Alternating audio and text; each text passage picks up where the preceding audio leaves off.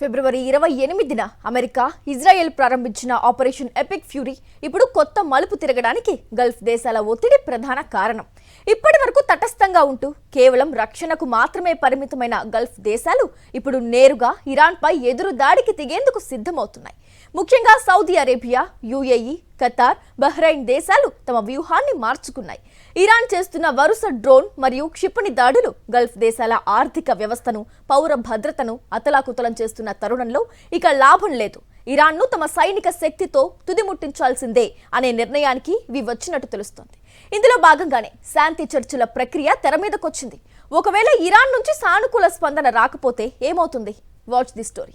Gulf తీరంలో అలజడి, నిన్నటి వరకు శాంతిని కోరుకున్న దేశాలు ఇప్పుడు యుద్ధానికి సై అంటున్నాయి.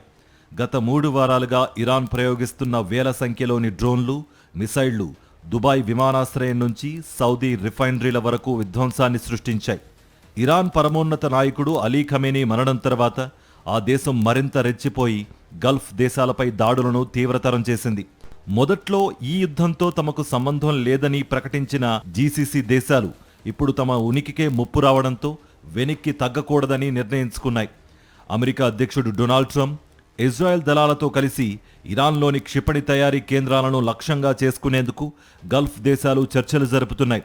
హర్మూజ్ జలసంధిని ఇరాన్ మూసివేయడం, అంతర్జాతీయ చమురు సరఫరాకు ఆటంకం కలిగించడం గల్ఫ్ దేశాల ఆర్థిక మూలాలను దెబ్బతీసింది.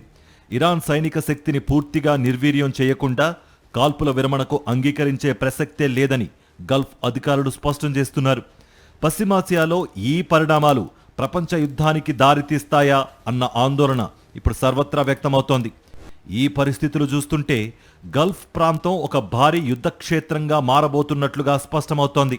దౌత్య మార్గాలు మూసుకుపోవడంతో సైనిక చర్యే ఏకైక మార్గమని ఈ దేశాలు భావిస్తున్నాయి.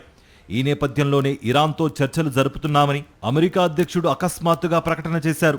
ఇరాన్ ఈ విషయంలో వెనుకడుగు వేసిన, రెచ్చగొట్టే చర్యలకు పాల్పడిన గల్ఫ్ దేశాలు యుద్ధంలో పాలు పంచుకోవడం ఖాయం.